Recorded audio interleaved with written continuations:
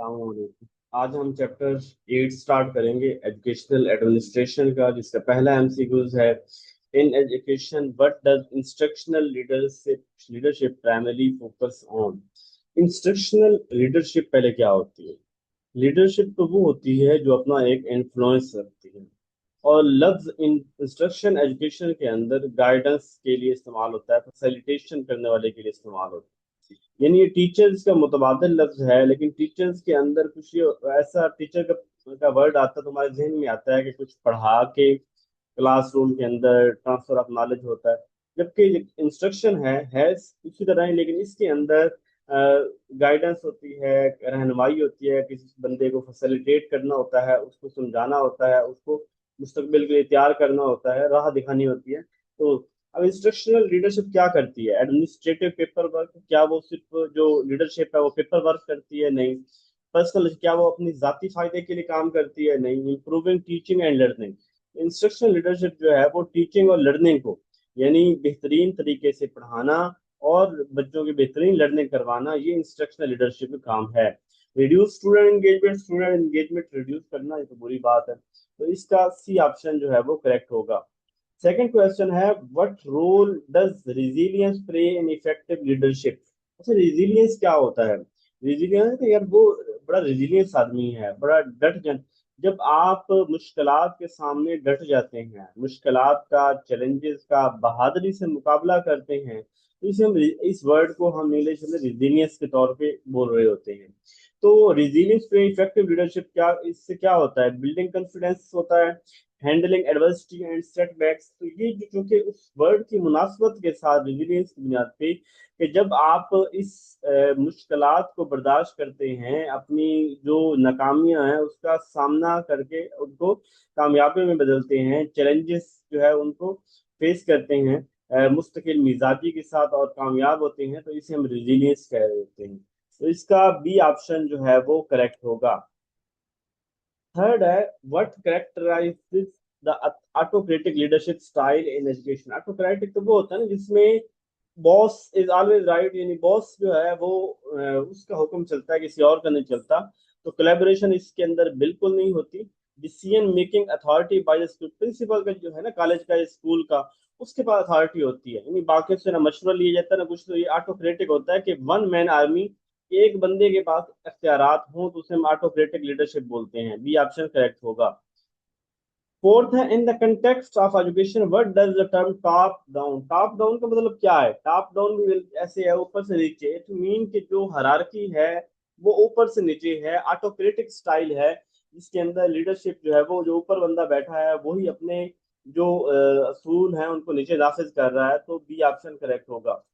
What is the primary focus of bureaucratic leadership style? Bureaucratic leadership style जो है उसके अंदर क्या होता है? मैक्स वेबर के प्रॉपर हर काम की एक हायरार्की होती है, तो इसके अंदर क्रिएटिविटी नहीं होती। जहां हम हर चीज बड़ी सीक्वेंस के साथ कर रहे होते हैं तो वो रूटीन टास्क के लिए ठीक होती है। क्रिएटिविटी, फ्लेक्सिबिलिटी भी इसके अंदर नहीं होती। आपका कोई डॉक्यूमेंट मिस है, ब्यूरोक्रेसी कहेगी इसको पूरा करेंगे, फलां काम करने के लिए फलां प्रोसेस से आपको गुजरना होगा।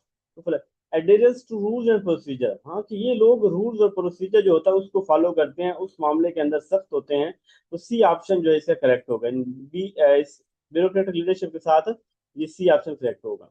ब्यूरोक्रेटिक लीडरशिप कहाँ पे ज्यादा इफेक्टिव है? इनोवेटिव, मैंने बताया कि ब्यूरोक्रेटिक रूटीन के कामों के अंदर ठीक है, इनोवेटिव नहीं है, फ्लेक्सिबल नहीं है, क्रिएटिव नहीं है, तो ये जो है रूटीन टास्क के लिए ये जबरदस्त है। What is the primary characteristics of prismatic leadership style. Prismatic एक करिश्मा होता है, पर्सनैलिटी का एक अपना ऑरा होता है, चाह जाना होता है, लोग उसको पसंद करते हैं। तो इस लीडरशिप की क्या खास बात होगी? स्ट्रिक्ट एडहेरेंस टू रूल, ये रूल्स को फॉलो करने वाली, उसके ऊपर रूल्स को सख्ती करना, ये तो नहीं होगी क्योंकि प्रिज्मेटिक लीडरशिप है। इंस्पायरिंग इंथुसिज्म एंड कमिटमेंट, यानी जैसे इमरान खान है, कि ये जो है ना वो इंस्पायरिंग होती है, उनकी पर्सनैलिटी इंस्पायरिंग होती है। यानी मेरा ख्याल है कि वो सियासतदान तो जो भी है सो है, लेकिन वो अच्छा मोटिवेशनल स्पीकर होता, अच्छा कमेंटेटर होता, अच्छा कम्युनिकेटर होता, अगर वो जो है वो इस पॉलिटिक्स के अंदर ना आता। तो एक प्रिज्मेटिक पर्सनैलिटी है कि जो कुछ इतनी ज्यादा खास खूबियां ना होने के बावजूद भी वो प्रिज्मेटिक है, कि वो हर एक को पसंद है अनटिल कि उसकी डेथ नहीं हो जाती। तो वो ऐसे ही चाहा जाएगा। तो ऐसी पर्सनैलिटी जो होती है करिज्मेटिक पर्सनैलिटीज होती हैं, कि उनकी जो शख्सियत होती है बड़ी इंस्पायरिंग होती है और कमिटमेंट होता है। What is the potential drawback if team members lack the knowledge or expertise in democratic leadership? अच्छा, जो डेमोक्रेटिक लिडरशिप है जहां कोलैबोरेशन के साथ सब कुछ चल रहा होता है, इसका नुकसान क्या है, पोटेंशियल ड्रॉबैक क्या है, इसके अंदर क्या है कि it may members lack the knowledge और एक्सपर्टाइज। अगर डेमोक्रेटिक लीडरशिप के अंदर जो उसके मेंबर, डेमोक्रेटिक लीडरशिप तो ऐसी होती है ना जहां लोग मिलजुल के कोलैबोरेशन से काम कर रहे होते हैं। अब अगर डेमोक्रेटिक लीडरशिप के अंदर जो लोग हैं वो कोई ज्यादा अहल नहीं है, उनके पास कोई ज्यादा कोई एक्सपीरियंस, कोई ज्यादा नॉलेज वाले नहीं है, ऐसी सूरत में से नुकसान क्या होगा? देखिए, डेमोक्रेटिक में फैसले हो रहे होते हैं सबकी मुशावरत से। अगर तो टीम मेंबर नाअहल है, नालायक है, तो इसका मतलब है कि जो है ना, जो ऑर्गेनाइजेशन है वो कोई अच्छा परफॉर्म नहीं करेगी, इनकी जॉब जॉब सेटिस्फेक्शन कोई ताल्लुक नहीं है। क्वालिटी इनपुट इशू, यानी मसला क्या होगा कि क्वालिटी इनपुट नहीं मिल रही होगी। जो इनपुट होती है गार्बेज इन गार्बेज आउट, जो इनपुट होगी वो आउटपुट होगी। इदारों के अंदर, तालीमी इदारों के अंदर अच्छे बच्चे दाखिल होंगे तो आउटपुट भी अच्छे बच्चे ही निकलेंगे। अगर तालीमी इदारों में थके हुए बच्चे दाखिल होंगे तो फिर रिजल्ट भी थके हुए आएंगे। तो डेमोक्रेटिक लीडरशिप के अंदर जब ऐसे लोग हैं जिनके पास ना नॉलेज है ना एक्सपर्टाइज है किसी चीज के मुतालिक, तो इसका मतलब है कि हमारे पास क्वालिटी इनपुट इश्यू आ रहा है, तो डेफिनेटली क्वालिटी आउटपुट इश्यू भी बनेगा। What advantage associated with laissez-faire leadership style in terms of team member? Laissez-faire leadership style बहुत अच्छा leadership style है, मुझे मुझे बहुत जबरदस्त लगता है। और हमारे जो कॉलेज साइड है यही laissez-faire मॉडल ही अपनाया जाता है लीडरशिप का। यानी प्रिंसिपल ने एक दफा जिम्मे लगा दिया, अब लोगों को अपनी है बार बार पूछना, तंग करना, हायरार्की फलां यो चेक करेगा फलां करेगा, नहीं ऐसा कुछ नहीं है। अब लोग खुद जिम्मेदार होते हैं, उन्हें पता होता है कि हमें जिम्मे काम लगा है तो हमने कर लेना। मेरे जिम्मे कॉलेज के असाइनमेंट से हर दफा प्रिंसिपल साहब को नहीं कहना पड़ता कि यार वो फलां उनका रिप्लाई कर देना, फलां चीज को डाक को देख लेना, मुझे पता है ये मेरे जिम्मे काम है, तो मैं वो काम मैं करता हूँ। तो लेजिस पे लीडरशिप स्टाइल बहुत जबरदस्त लीडर स्टाइल स्टाइल है। इसके अंदर क्या होता है, लिमिटेड ऑटोनॉमी नहीं, अच्छी खासी ऑटोनॉमी होती है। जॉब इनकी जॉब सेटिस्फेक्शन बिल्कुल, इससे जॉब सेटिस्फेक्शन बढ़ती है। यानी हम कॉलेज लेवल वाले क्यों इतने ज्यादा सेटिस्फाई होते हैं, हालांकि हमारी कुछ सैलरी तो उतनी नहीं होती ज्यादा, लेकिन हम जॉब से सेटिस्फाई इसलिए होते हैं कि हमारे ऊपर कोई इतनी तंग हायरार्की नहीं होती, कोई कोई हमारे हमें तंग करने वाला नहीं होता। हमें पता होता है कि हमें एक काम जो है वो मिल गया, हमने कर लेना है बस। वो अपनी हर बंदा आता है, अपने लेक्चर पढ़ाता है, चला जाता है, उसको कोई नहीं बाउंड होकर 8 बजे से लेकर 2 बजे तक उसने कॉलेज के अंदर बैठना है। और फलां सेक्रेटरी आ जाएगा तो फलां, जो हमें कोई किसी का डर नहीं होता, हमने अपना लेक्चर पढ़ाना है, हमने निकल जाना है, हमें किसी की परवाह नहीं है। कोई हमारे जिम्मे कोई असाइनमेंट है तो हमने वो करनी है। तो ये वाली चीज जो होती है लेजिस फेयर के अंदर आती है। तो इसका जो है ये ऑप्शन वैसे बड़े गलत से लगे हुए हैं इनके जो है ना, बी सी और ये। इसके बाद है what is the primary focus of the transaction in transactional leadership style. Transactional leadership style और ट्रांसफॉर्मेशनल लीडरशिप स्टाइल आपने पढ़ाया था। ट्रांजैक्शन वो होता है कि जहां पे लोगों को ना उनके रिवार्ड के ऊपर या पनिशमेंट या ओबीडियंस के डर से उनसे काम करवाए जा रहे होते हैं। तो ट्रांसफॉर्मेशनल लीडरशिप में क्रिएटिविटी होती है, ट्रांजैक्शनल में नहीं होती। टास्क कंप्लीशन, प्राइमरी फोकस के टास्क मुकम्मल हो इसके ऊपर नहीं होती, बस काम। इंट्रिंसिक मोटिवेशन ये ट्रांसफॉर्मेशनल में एडेरेंस टू स्टैंडर्ड एंड रिवार्ड, ये स्टैंडर्ड और जो रिवार्ड है ना उसके ऊपर फोकस करती है। इन इसको बताते हैं कि ये रूल्स हैं, इनको फॉलो करना है और इस ये काम करेंगे जिसके बदले आपको रिवार्ड मिलेगा। तो डी ऑप्शन इसका करेक्ट होगा। In which context may transactional leadership style be inadequate according to disadvantage. कहाँ पे ये जो है ना वो ज्यादा सूटेबल नहीं है? रूटीन टास्क के अंदर नहीं, रूटीन टास्क के अंदर तो अच्छा है। क्रिएटिव थिंकिंग इन्वायरमेंट ये बड़ा यहाँ पे, यानी जहाँ पे क्रिएटिव क्रिएटिव इन्वायरमेंट होगा ना वहां पे ये ठीक नहीं है। क्योंकि ये ट्रांसफॉर्मेशन वहां पे ठीक है। वेल स्टैंडर्ड फॉर टारगेट ठीक है, क्लियर एक्सपेक्टेशन होती है, ठीक बात है। तो नेक्स्ट है what is the central idea behind behavioural theories of leadership. Behavioural theories के अंदर सेंट्रल आइडिया क्या है? Great leader are born with inherent qualities, ये वाली बात तो ट्रेड थ्योरी करते हैं, ग्रेट मैन थ्योरी करते हैं, ट्रेड थ्योरी वाले करते हैं। Great leaders are made through learning and ये वाली बात है, क्योंकि जो बिहेवियरल थ्योरीज है ना ये बात ही करती है लर्निंग और ऑब्जर्वेशन की। तो ये कहते हैं कि जो लीडर्स है ना, ये भी अपन चीज को लर्निंग से और ऑब्जर्वेशन करने से ये अच्छे लीडर बनते हैं। सारे को क्या हो गया मेरे ऑप्शन सारे मतलब। अच्छा, which leadership style is characterized by laissez-faire approach with minimal effort on management? कौन सा टीम मैनेजमेंट, इम्पोवर्स्ट मैनेजमेंट? इम्पोवर्स्ट मैनेजमेंट जो है ना, ये है लेजर फेयर, जहाँ पे आपको ना मिनिमम एफर्ट करनी पड़ती है किसी भी काम को करने के लिए। चलो तो इसको ठीक कर दूं मैं।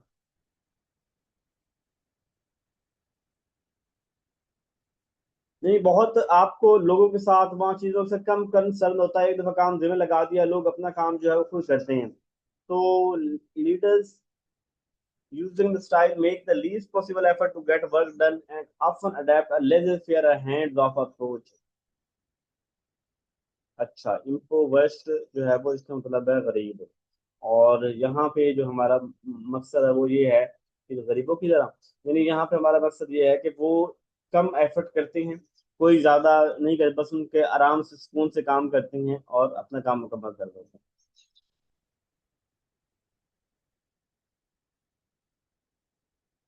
What does the great man theory neglect according to criticism? Great man theory neglect क्या करती है? The impact of situational factor on leadership। Great man theory के ऊपर क्रिटिसिज्म ये है, great man theory neglect talent. अच्छा, the impact of situational factor on leadership नहीं, the complexity of leadership by attributing its solely to innate trait. ये समझती है ना कि जो लीडरशिप है ना सोलली इनेट ट्रेट है। The importance of nature in leadership development, the role of training and experience in leadership. ये जो इग्नोर करती है ना, ये ट्रेनिंग और एक्सपीरियंस को इग्नोर करती है। यानी ये तो कहते हैं कि वो जो लीडरशिप है, ग्रेट मैन थ्योरी की, leader are born not made. हम यहाँ पे कह रहे हैं कि लीडर्स की ट्रेनिंग और एक्सपीरियंस से लीडरशिप बेहतर होगी, तो ये वाली बात ये नहीं करते हैं। बाकी ये इनेट रेट है। ये वाली बात भी की थी इसने, ग्रेट मैन ने, कि लीडर्स की पहचान तब होती है जब कोई क्राइसिस आता है, जब कोई सिचुएशन आती है। और जो यानी कि वही बात, जब nature of importance of nature leadership development, के लीडरशिप कैसे वक्त के साथ कैसे डेवलप हुई है, ये नहीं, इनका मतलब ये होता है कि जब क्राइसिस आता है तब लीडर की पहचान होती है, माहौल से पता लगता है कि ये लीडर है, ये फलान लीडर नहीं है। और लेकिन ये लोग जो है ना वो ट्रेनिंग और एक्सपीरियंस से लीडर तैयार होते हैं, ऐसी बात में बिलीव नहीं करते। What is the initial belief underlying the trait theory of leadership? Trait theory क्या कहती है कि there is some inherent qualities in the leadership. ये भी कहते हैं leader are born not bred but there is some qualities, अगर वो किसी बंदे के अंदर होती हैं तो वो लीडर होगा।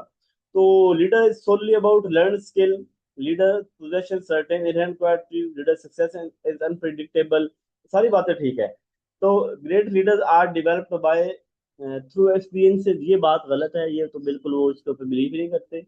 और जो उसके अलावा जो उसकी सबसे बेहतरीन है वो यही है कि कुछ क्वालिटीज होती हैं, ये आई जो लिखा हुआ है ये करेक्ट होगा यहाँ पे, कहाँ से आई है, ऐसी भी कोई तरतीब देख रही है?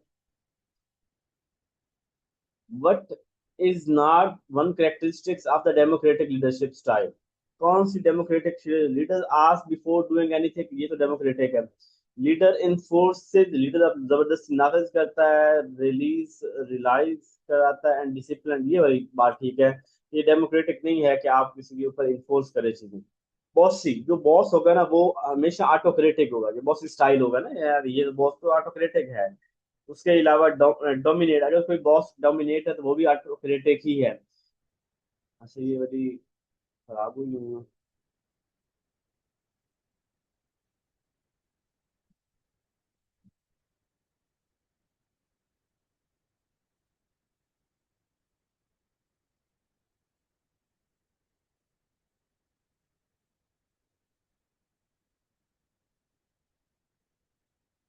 अच्छा, इक्वालिटी, इक्वालिटी जो है डेमोक्रेटिक के अंदर होती है, सबको इक्वल अपॉर्चुनिटी मिलना।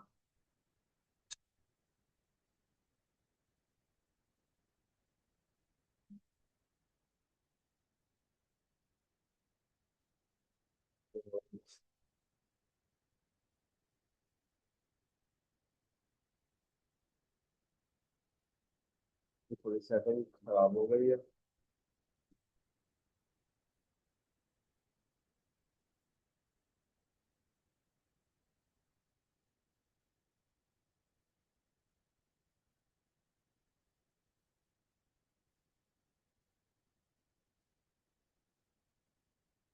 अच्छा, उसके बाद है what is the basic reason for frustration, lack of confidence, need. तो ये कहता है कि जो बेसिक रीजन है, साइकोलॉजी कहती है कि नीड जो हमारी है ना, वो हमें फ्रस्ट्रेशन में है, जरूरत हमारी पूरी तरह हमें फ्रस्ट्रेशन होती है। The Carroll model focus on at the achievement, Carroll model जो है वो focus on at the achievement, ये कैरल मॉडल टाइम को फोकस करता है अचीवमेंट के अंदर। मैंने थोड़ा लिखा था, नया सवाल था मेरे लिए, तो इसको पढ़ लीजिएगा। The model company social responsibility to four distinct labour economy, अच्छा इसको पढ़ लीजिएगा यार। In which country did the field of educational management emerge first, United State में एजुकेशन फील्ड पहले मैनेज हुई।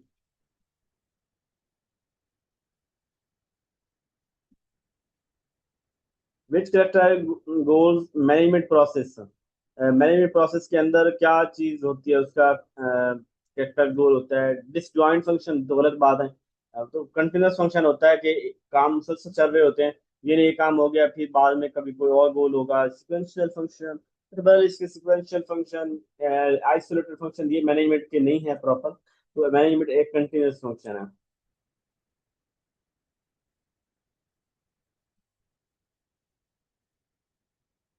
According to Henri Fayol what are the primary function involved in management, Henri Fayol ने P और triple C दिया था ना। तो forecasting, organising, planning, controlling, commanding, coordinating, ये सारी बातें इसके अंदर आ जाती हैं। तो ये वाला इसका जो है वो आंसर होगा। उसके बाद what is the primary purpose of the division, division work होता है कि कोई काम किसी स्पेशल बंदे को असाइन करना जो उस काम के काबिल है, स्पेशलाइज स्किल, और जो है वो इंक्रीजिंग एफिशिएंसी, उस तरह कामों को तकसीम करना, इसे बोलते हैं। स्केलर चेन, स्केलर चेन होता है कि पूरी हायरार्की हो, कहाँ से आर्डर आना है, किसकी बात हमने सुननी है, और उसके ऊपर में clear chain of communication between employees और सुपीरियर जो है तो स्केलर चेन बोलते हैं। अच्छा, कमांडिंग, कमांडिंग का मतलब वही होता है, कंट्रोल लिंक से ही, डायरेक्टिंग से ही होता है कि किसी को कमांड देना डायरेक्शन देना कि भाई ऐसे कर लो, तो कमांडिंग होगा। What does the coordinating function in management involve, coordinate का मतलब क्या होता है, क्या करता है। Monitoring function, structure resource according to mind of synchronise the work and interest of individual, ये वाला नहीं होगा कोऑर्डिनेट करना। तो जो काम है, जो इंटरेस्ट ऑफ इंडिविजुअल है उसको करना, सेटिंग एग्रीगेशन, यही मॉनिटरिंग फंक्शन होगा।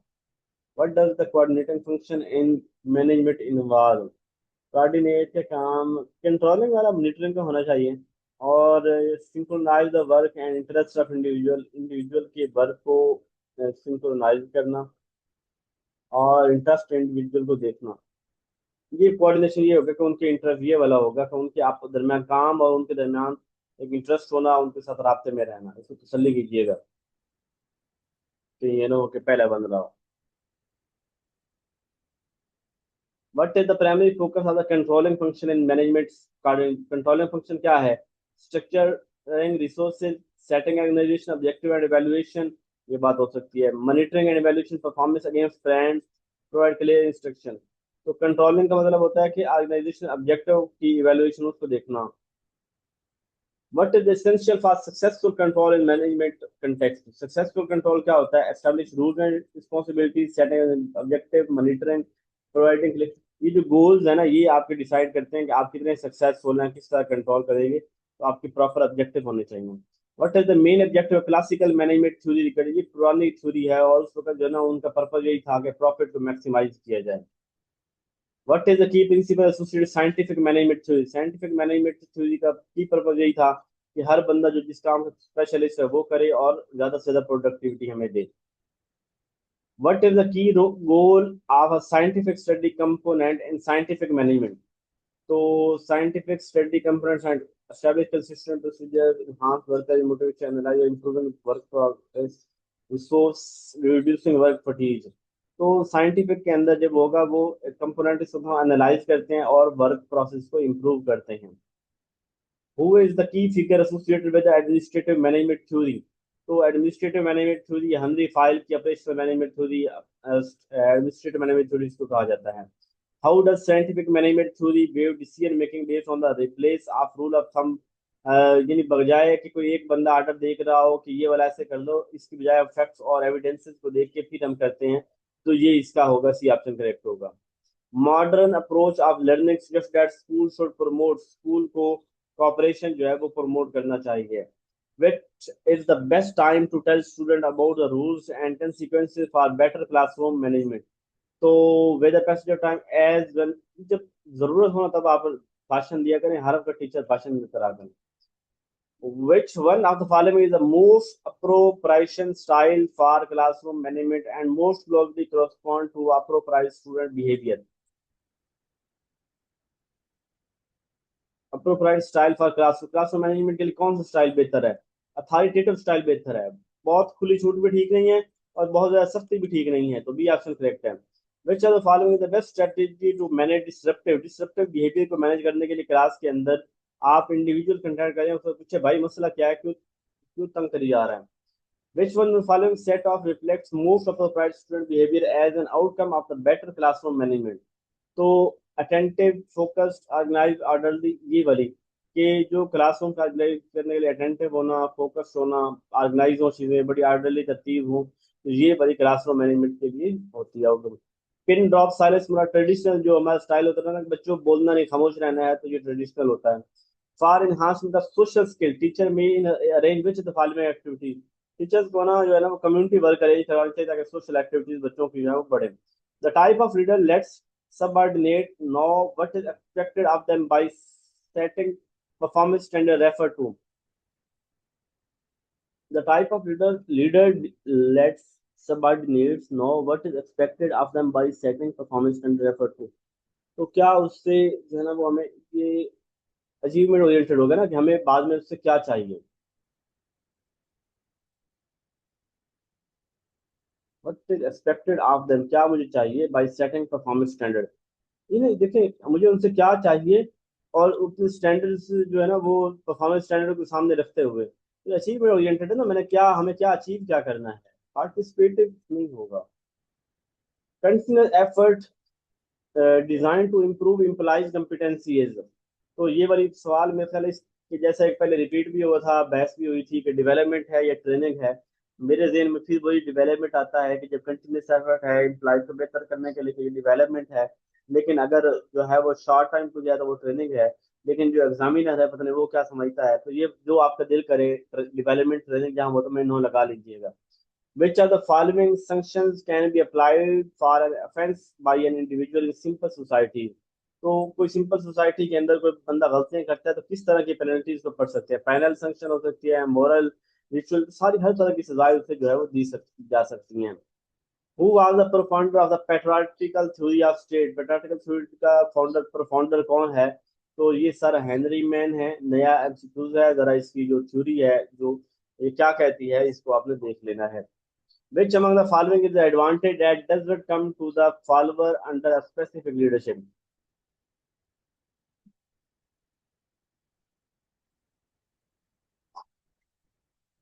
Course save the group from the difficult taking decision, the difficulty that may result by the risk of failure, the advantage of getting in our own leader. सवाल क्या है? Which among the following is the advantage? ये कौन सा इसमें से advantage है इन चारों में से? That does not come to the follower under a specific leadership, जो कि फॉलोअर्स के पास अंडर स्पेसिफिक लीडरशिप पे नहीं आती। The goal achievement satisfaction, it save the group, ये तो ठीक है। जो लीडरशिप होता है उससे हमें अपने अचीवमेंट सेटिस्फेक्शन होती है। Save the group from difficulties of taking decision, ये भी ठीक है। डिफिकल्टी डेट में रिजल्ट बाय द रिस्क, अच्छा ये वाली बात सी ऑप्शन होगा। ये देखिए जो टीचर जो मोटिवेटर है ना, लीडर है, और लीडरशिप कभी ये नहीं है कि लोगों को डराएगी कि आप फेल हो जाओगे। लीडरशिप तो उनको जॉब सेटिस्फेक्शन, मोटिवेशन, आगे बढ़ने, डिसीजन लेने उस तरफ लेके जाती है। तो ये नहीं, उसको डराया नहीं जाता भाई हाँ हो सकता है आप फेल हो जाओ, इस तरह की बातें नहीं की जा सकती करते leader. But is not involve leader को, क्या लीडरशिप पे नहीं है? Supremacy based on personality cult, हाँ ये बात ठीक है। ये लीडरशिप को पर्सनैलिटी कल्ट नहीं होती कि जो थोड़ा सा रोब वाला है तो वो लीडर हो गया। तो बाकी कॉपरेशन भी करते हैं, रोल अचीवमेंट भी होता है, नॉन वैल्यूज भी आती है। एमबीओ मैनेजमेंट बाय ऑब्जेक्टिव बोलते हैं, MBO management by objective. Last question आज का, the extent to which people have the ability and willingness to accomplish specific task, task को स्पेसिफिक टास्क को कंप्लीट करना, तो ये वाली होती है टास्क ओरिएंटेड बिहेवियर।